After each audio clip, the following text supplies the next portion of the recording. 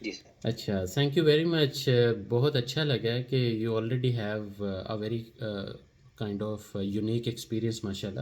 لیکن ڈیفینیٹلی جب ہم پالیسیز پروسیجرز اور سسٹم کی بات کرتے ہیں تو وہاں پہ ڈفرینٹ وے آؤٹ ہے کہ آپ نے کیسے اس سسٹم کو چاہے آپ first party audit like internal audit کہہ رہے ہیں، چاہے سیکنڈ پارٹی آڈٹ مین کہ آن بیہاف آف یور کمپنی آپ اپنے کنٹریکٹرس کو یا سپلائز کو آڈٹ کہہ رہے ہیں، یا کہ آپ تھرڈ پارٹی آڈیٹر ہیں.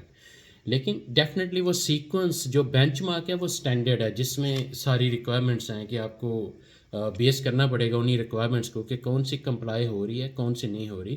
لیکن ان ریکوائرمنٹس کو اسٹینڈرڈ وائز، جیسے آپ کو پتہ ہے کہ ہزاروں اسٹینڈرڈز ہیں جو کہ اسٹیبلش ہو چکے ہوئے ہیں، اور جو مینجمنٹ سسٹم اسٹینڈرڈز ہیں اس میں ہم نیم لے سکتے ہیں کہ جیسے ISO 9001 ہے کوالٹی مینجمنٹ سسٹم، اسی طرح 14001 جو کہ آلریڈی آپ سرٹیفائڈ ہیں انوائرمنٹل مینجمنٹ سسٹم ہے. اسی طرح ISO 45001 ہے جس میں occupational health and safety management system ہے. اسی طرح ISO 22000 مین کے فوڈ سیفٹی مینجمنٹ سسٹم ہے. سو ڈفرینٹ، اسی طرح سیکیورٹی میں ہے، سپلائی چین میں ہے، بزنس کنٹینیوٹی میں ہے، انرجی مینجمنٹ میں ڈفرینٹ اسٹینڈرڈز ہیں جو کہ الٹیمیٹلی مینجمنٹ سسٹم ہے. اور مینجمنٹ سسٹم کی اگر ہم بات کریں تو کوئی بھی مینجمنٹ اسٹینڈرڈ یا سسٹم جو ہے وہ اس کی جو فاؤنڈیشن ہے نا وہ PDCA ہے. اب PDCA کسی بھی آرگنائزیشن میں اگر آپ نے صرف اس PDCA سائیکل کو آبزرو کر لیا اور اسی کو بینچ مارک کرتے ہوئے ان کے سسٹم کو فلٹر آؤٹ کیا تو کافی زیادہ چیزیں کلیئر ہو جائیں گی. مطلب کہ کیا ایگزیکٹلی آپ نے ویریفائی کرنا ہے اور کس طرح مطلب میک شور کرنا ہے کہ واقعی کمپنی جو ہے وہ کنٹینیوس امپرومنٹ کی طرف جا رہی ہے یا کہ نیچے کو آ رہی ہے. PDCA سائیکل میں جو پلان ٹو چیک ایکٹ ہے، پلان میں ہمیں جو چیزیں ہیلپ کرتی ہیں کہ ہمیں دیکھنا پڑے گا کہ یار اگر ایک کمپنی ISO 45001 میں جانا چاہ رہی ہے، اس کو بینچ مارک کرنا چاہ رہی ہے، تو کیا اس کی پالیسیز، اس کے آبجیکٹیوز، اس کے جو فردر پلانز ہیں جو کہ اچیومنٹ پلانز کہہ لیں یا امپلیمنٹیشن پلانز کہہ لیں، سب سے پہلے آپ نے ہمیشہ کسی کمپنی میں ان کے پلانز ہی ویریفائی کرنے ہیں. اور پلانس کا پارٹ پالیسیز بھی ہیں.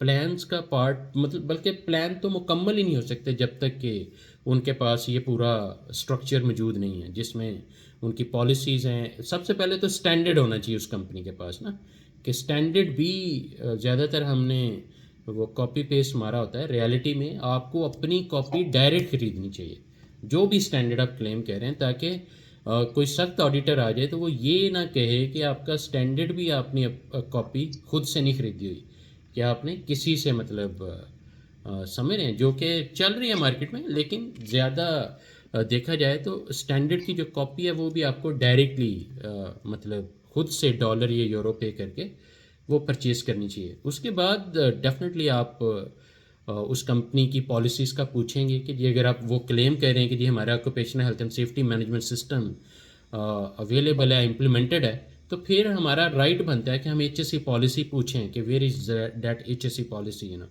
اب HSE پالیسی جو ہے اگر ایک بندے نے بنائی ہوئی ہے اور سائنڈ ہے، لیکن کوئی not understood by anybody in the company, تو وٹ ڈو یو تھنک کہ آپ اس پہ کیا مائنر آبزرویشن، میجر آبزرویشن، یا میجر NCR یا مائنر NCR یا کریٹیکل NCR آپ کے ذہن میں کیا آ رہا ہے؟ وٹ ڈو یو تھنک کہ اگر ایک پالیسی ہے، ڈسپلیڈ بھی ہے، سائن بھی ہے، لیکن نو بڈی نوز کہ what is inside, what is the purpose behind, it's not communicated. Sir یہ سر دیکھیں، جو پالیسی ہوتی ہے وہ ہماری جو پالیسی بنی ہوئی ہے وہ انہوں نے سائن کی ہوئی ہے، اوکے. چاہے وہ اسٹاف ورک پالیسی ہے چاہے وہ سیفٹی پالیسی.